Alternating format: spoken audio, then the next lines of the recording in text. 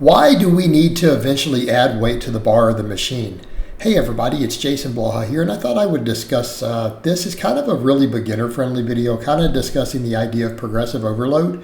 And the thing is, a lot of people will say, well, can't I just do the same weight forever and to get into shape and get into better and better shape? And the answer is probably not. You're going to reach a point where you plateau quickly if you never try to increase the weight, okay?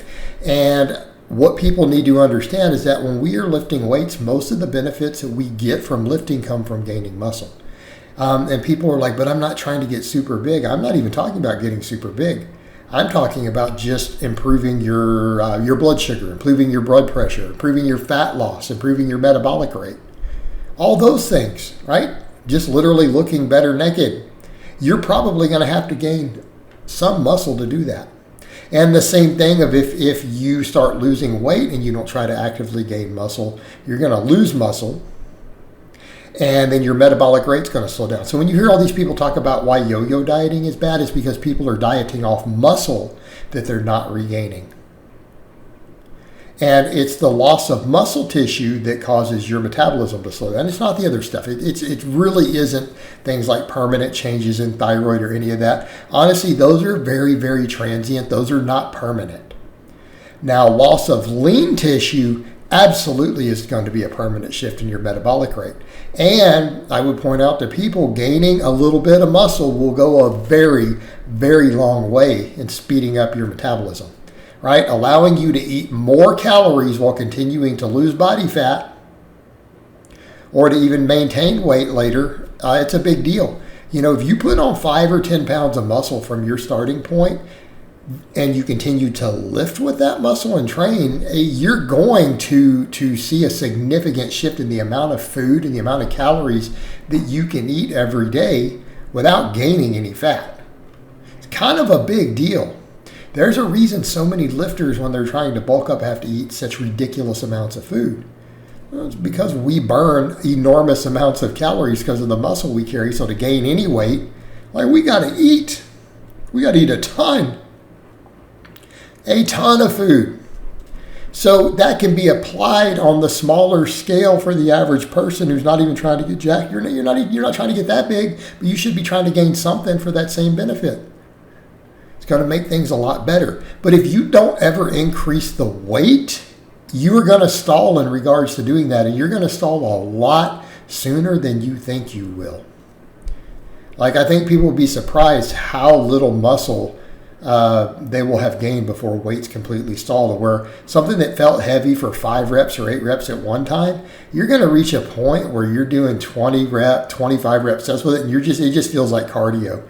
And you're going to reach a point where it's not even giving you a positive adaptation other than burning a few calories. And people say, okay, but that's what I want. But you do realize that if you're just trying to burn calories, actually gaining muscle will make burning calories a lot easier, a lot more efficient, whether you're lifting or getting up, walking around. So yes, you absolutely should be doing that. You know, but then as far as people who are trying to get big, they're always like, but these bodybuilders or this person has said, you know, it's about the quality of the reps and it's getting this pump. It's like, okay, they might be talking about on a smaller exercise. Okay, so how many bodybuilders who you see who say that and they've got great arms or whatever, and they're like, I can do this with a 20-pound dumbbell as a finisher, but then you watch what else they do. Watch that same bodybuilder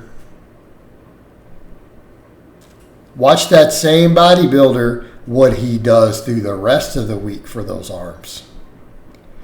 That guy might be hanging 50 pounds of weights off of his waist while doing pull-ups for sets of 12 reps. Okay, so he might be 220 pounds with 50-pound weight around his waist doing 270 pounds for high reps on pull-ups.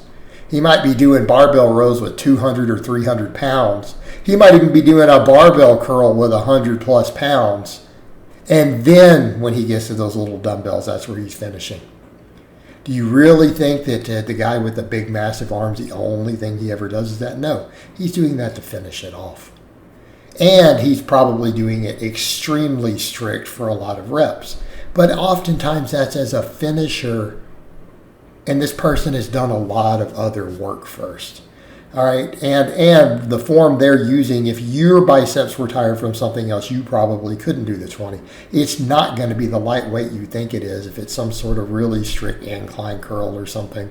And he's exhausted from having done all those weighted pull-ups and 120-pound barbell curls first.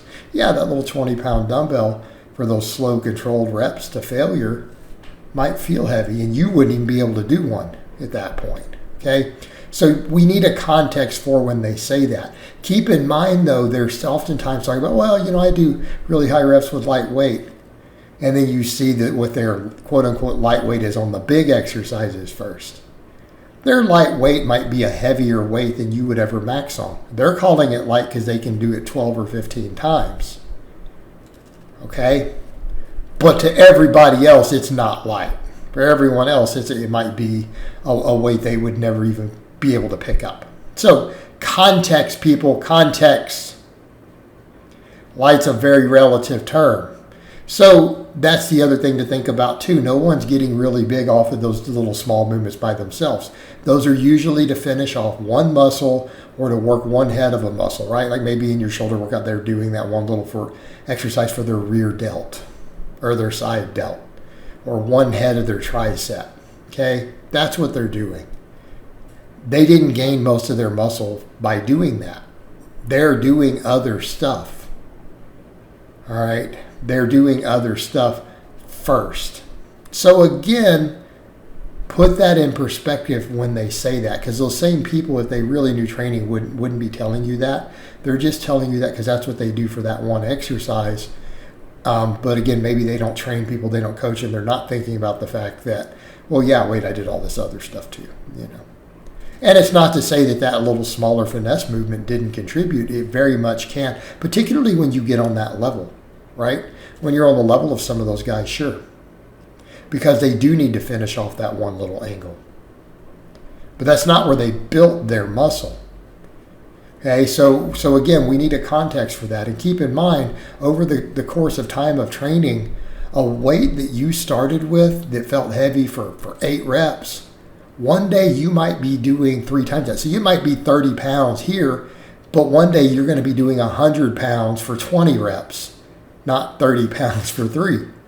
And you still are probably not going to be as big and as jacked as you think you are. But that is what will be necessary to continue to make progress, to continue to get better, to continue to adapt. Okay, progressive overload is really the key over time. And otherwise, your sets are just not hard. You're going to get to a point where you're just simply not working hard other than maybe just conditioning at a certain point because you're doing 50 or 100 reps with it. All right, guys, well, that's really all I have to say on that today. I hope it's been informative, and I'll talk to you guys next time.